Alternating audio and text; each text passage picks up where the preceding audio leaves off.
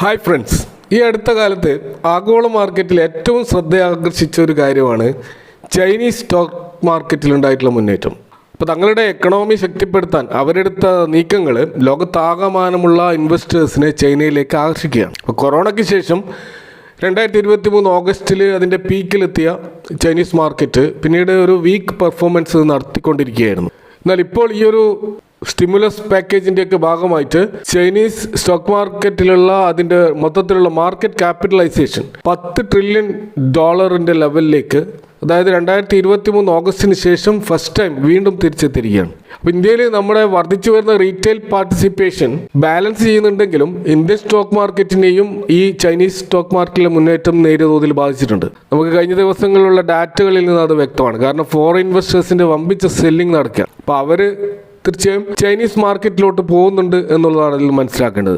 എന്നാൽ നമ്മുടെ retail participation നല്ല തോതിലുള്ളത് കൊണ്ട് വലിയ തോതിൽ നമ്മളെ മാർക്കറ്റിനെ അത് ബാധിക്കാൻ പോകുന്നില്ല എന്നാണ് അനലിസ്റ്റുകൾ പറയുന്നത്. എന്നാൽ ഈ ഒരു ചേഞ്ച് ഇൻവെസ്റ്റേഴ്സിന് ചില പാഠങ്ങൾ നൽകുന്നുണ്ട്. ഇപ്പോൾ നമുക്കറിയാം, നമ്മൾ ഈ സ്റ്റോക്ക് മാർക്കറ്റിൽ ഇൻവെസ്റ്റ് ചെയ്യുമ്പോൾ നമ്മുടെ പോർട്ട്ഫോളിയോ ഡൈവേഴ്സിഫൈ ചെയ്യണമെന്ന് നമ്മൾ പറയാറുണ്ട്.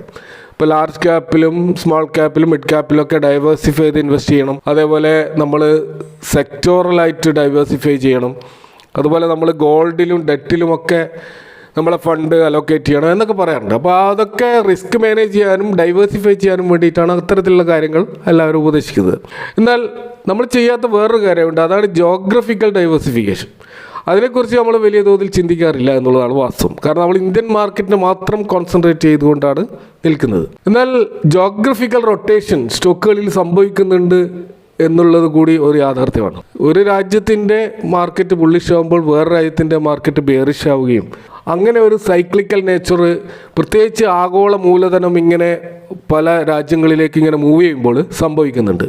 അപ്പോൾ അതിൽ നിന്ന് നമ്മൾ നേട്ടം എടുക്കണമെങ്കിൽ നമ്മൾ ജോഗ്രഫിക്കൽ ഡൈവേഴ്സിഫിക്കേഷനെ കുറിച്ച് ചിന്തിക്കേണ്ടതുണ്ട് എന്നാണ് കാര്യങ്ങളിൽ നിന്ന് മനസ്സിലാവുന്നത്. അപ്പോൾ അതിൻ്റെ പ്രാധാന്യം വെളിവാക്കുന്ന ചില കാര്യങ്ങളാണ് ഈ വീഡിയോയിൽ ചർച്ച ചെയ്യുന്നത്. അതുപോലെ ചൈനീസ് മാർക്കറ്റിൽ നമ്മൾ എങ്ങനെ ഇൻവെസ്റ്റ് ചെയ്യണമെന്നും അതിന് സഹായിക്കുന്ന 2 ETF-കളെ കുറിച്ചും ഈ വീഡിയോയിൽ പറയുന്നുണ്ട്.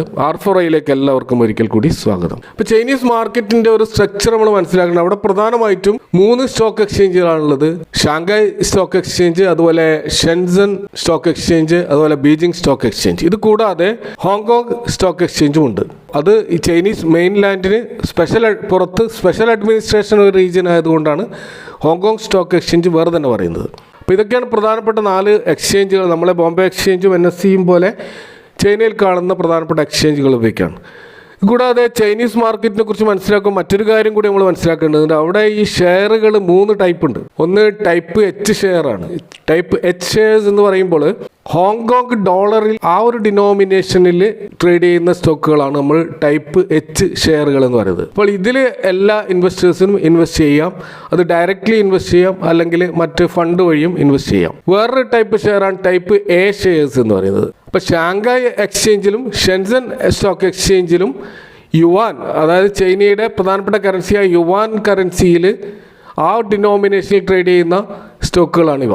അപ്പോൾ ഇവിടെ ഇൻഡിവിജ്വൽ സ്റ്റോക്ക് പർച്ചേസ് ചെയ്യണമെങ്കിൽ അവിടുത്തെ ഡൊമസ്റ്റിക് ഇൻവെസ്റ്റേഴ്സിന് മാത്രമേ സാധിക്കുകയുള്ളൂ. എന്നാൽ ഫോറിൻ ഇൻവെസ്റ്റേഴ്സിന് ETF പോലെയും അല്ലെങ്കിൽ മ്യൂച്വൽ ഫണ്ട് പോലെയുമുള്ള രീതിയിൽ ഇതിൽ ഇൻവെസ്റ്റ് ചെയ്യാൻ സാധിക്കും. മറ്റൊന്ന് ടൈപ്പ് B ഷെയർസ് ആണ്. ഇത് ഷാങ്ഹായിലും ഷെൻസങ്ങിലും സ്റ്റോക്ക് എക്സ്ചേഞ്ചിലും ലിസ്റ്റ് ചെയ്ത കമ്പനികളാണെങ്കിലും ഫോറിൻ കറൻസി ഉപയോഗിച്ചിട്ട് ട്രേഡ് ചെയ്യാൻ പറ്റുന്ന സ്റ്റോക്കുകളാണ്. US ഡോളറിലും ഹോങ്കോങ് ഡോളറിലും ഈ സ്റ്റോക്കുകൾ ഇൻവെസ്റ്റ് ചെയ്യാം. അത്തരത്തിലുള്ള സ്റ്റോക്കുകളാണ് ടൈപ്പ് B ഷെയർസ് എന്ന് പറയുന്നത്. അപ്പോൾ ഇത്തരത്തിലുള്ള വളരെ കോംപ്ലിക്കേറ്റഡ് ആയിട്ടുള്ള ഷെയർ സ്ട്രക്ചറുകൾ ചൈനയിലുണ്ട് എന്ന് നമ്മൾ മനസ്സിലാക്കണം. ഇത് കൂടാതെ ചൈനയിലെ ഇൻഡെക്സുകൾ നോക്കുകയാണെങ്കിൽ പലതരത്തിലുള്ള ഇൻഡെക്സുകൾ നമുക്ക് കാണാൻ കഴിയും.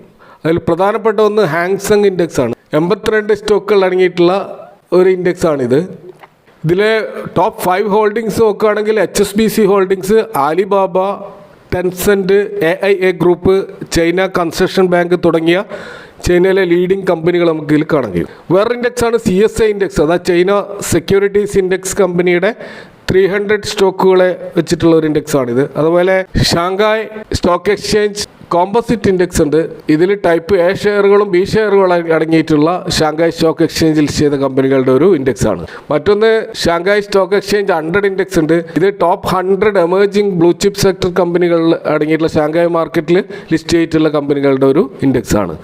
അതേപോലെ തന്നെ മോർഗൻ സ്റ്റാൻലിയുടെ ചൈന ഇൻഡെക്സ് ഉണ്ട്. അതുപോലെ FTSEയുടെ അഥവാ ഫൈനാൻഷ്യൽ ടൈംസ് സ്റ്റോക്ക് എക്സ്ചേഞ്ച് ലണ്ടനിലെ ഈ ഒരു സ്റ്റോക്ക് എക്സ്ചേഞ്ച് ലിസ്റ്റ് ചെയ്തിട്ടുള്ള 50 കമ്പനികളുടെ ചൈന ഇൻഡെക്സ് ഉണ്ട്. അതുപോലെ ഡൗ ജോൺസിന്റെ ചൈന ഓഫ് ഷോർ 50 ഇൻഡെക്സ് ഉണ്ട്.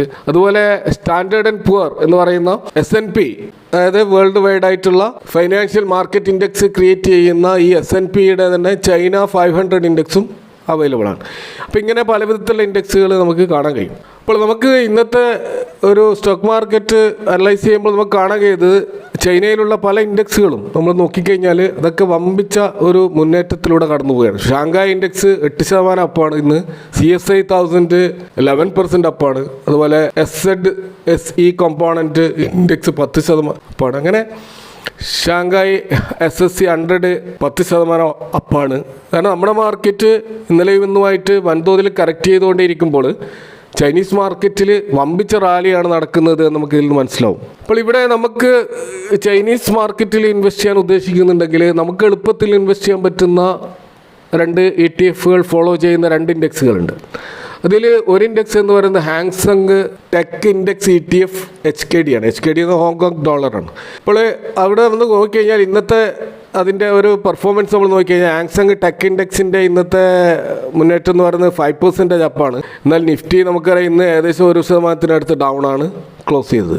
ഇത് നമ്മൾ ഒരു ലോങ് ടേമിൽ ഇതിൻ്റെ ഒരു പെർഫോമൻസ് നോക്കിക്കഴിഞ്ഞാൽ നിഫ്റ്റി വളരെ നന്നായിട്ട് കഴിഞ്ഞ 5 വർഷത്തെ പെർഫോമൻസ് നോക്കിക്കഴിഞ്ഞാൽ ഈ ചൈനീസ് ഇൻഡെക്സിനെ ഓവർകം ചെയ്തതായിട്ട് നമുക്ക് കാണാൻ കഴിയും. നിഫ്റ്റി 50 കഴിഞ്ഞ 5 വർഷം 123% റിട്ടേൺ നൽകിയപ്പോൾ ഈ ഹാങ്സങ് ടെക് ഇൻഡെക്സ് നൽകിയ റിട്ടേൺ എന്ന് പറയുന്നത് 32% ആണ്.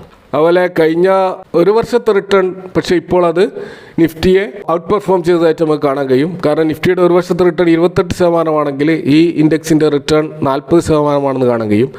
അതുപോലെ കഴിഞ്ഞ 6 മാസത്തെ റിട്ടേൺ നോക്കുകയാണെങ്കിൽ 51% റിട്ടേൺ ഹാങ്സങ് നൽകിയപ്പോൾ നിഫ്റ്റി നൽകിയത് 11% റിട്ടേൺ ആണ്. കഴിഞ്ഞ ഒരു മാസത്തെ റിട്ടേൺ നോക്കുകയാണെങ്കിൽ 50% മുകളിൽ റിട്ടേൺ ഈ ഇൻഡെക്സ് നൽകിയിട്ടുണ്ട്. നിഫ്റ്റി നൽകിയത് മൈനസ് റിട്ടേൺ ആണ് 0.73. അതുപോലെ കഴിഞ്ഞ 5 ട്രേഡിംഗ് സെഷനിൽ കഴിഞ്ഞ ആഴ്ച നമ്മൾ കണ്ടതാണ് നിഫ്റ്റിയിലെ വമ്പിച്ച വോളറ്റിലിറ്റിയാണ്. അതിൻ്റെ ഭാഗമായിട്ട് നിഫ്റ്റി 4% ഡൗൺ ആയപ്പോൾ ഹാങ്സങ് ഇൻഡെക്സ് 19% മുന്നേറിയിട്ടുള്ളത്. അപ്പോൾ ഈ ഒരു ഹാങ്സങ് ടെക് ഇൻഡെക്സ് എന്ന് പറയുന്നത് ടോപ്പ് ടെക് കമ്പനികളുടെ ഒരു ഇൻഡെക്സ് ആണ്. അതായത് ഇതിൽ 30ഓളം കമ്പനികളാണ് ഹാങ്സങ്ങിൻ്റെ ഈ ഒരു ടെക് ഇൻഡെക്സിൽ ലിസ്റ്റ് ചെയ്തിട്ടുള്ളത്. അതിൽ ഈ ലൊനോവ ഗ്രൂപ്പ് നമുക്ക് കാണാൻ കഴിയും. അതുപോലെ BYD ഇലക്ട്രോണിക്സ് ഇൻ്റർനാഷണൽ എന്ന് പറയുന്നത് നമുക്കുള്ള സുപരിചിതമായിട്ടുള്ള മറ്റൊരു കമ്പനിയാണ്. അതേപോലെ കിങ്സോഫ്റ്റ് കോർപ്പറേഷൻ, ആലിബാബ ഹെൽത്ത്, അതുപോലെ ഷവോമി എന്ന് പറയുന്ന നമുക്ക് ഇന്ത്യയിൽ വളരെയധികം പ്രചാരത്തിലുള്ള ടെലിഫോണും അതുപോലെ മറ്റ് ഗാഡ്ജറ്റുകൾക്ക് പരിചിതമായിട്ടുള്ള ആ സ്റ്റോക്ക് ഇതിലുണ്ട്. അങ്ങനെ ബെയ്ഡു എന്ന് പറയുന്ന സ്റ്റോക്ക് ഇതിൽ നമുക്ക് കാണാൻ കഴിയും. അങ്ങനെ വളരെ ലീഡിംഗ് ആയിട്ടുള്ള ടോപ്പ് ടെക് കമ്പനികളുടെ ഒരു ലിസ്റ്റാണ് ഈ 30 സ്റ്റോക്ക് ലിസ്റ്റ്. അപ്പോൾ ഇതിനെ ഫോളോ ചെയ്യുന്ന ഒരു ETF ആണ് മിറായ അസറ്റിൻ്റെ ഹാങ്സങ് ETF എന്ന് പറയുന്ന ETF. അപ്പോൾ ഈ ETFൻ്റെ ഒരു ട്രേഡിംഗ് വോളിയം നമ്മൾ നോക്കിക്കഴിഞ്ഞാൽ 3 മന്ത്സിൻ്റെ ആവറേജ് വോളിയം കാണിക്കുന്നത് ഏകദേശം 18,93,000 മുകളിലാണ്. ഇപ്പോൾ നല്ലൊരു ട്രേഡിംഗ് വോളിയം 3 മന്ത് ആവറേജിൽ ഇതിൽ കാണുന്നുണ്ട്.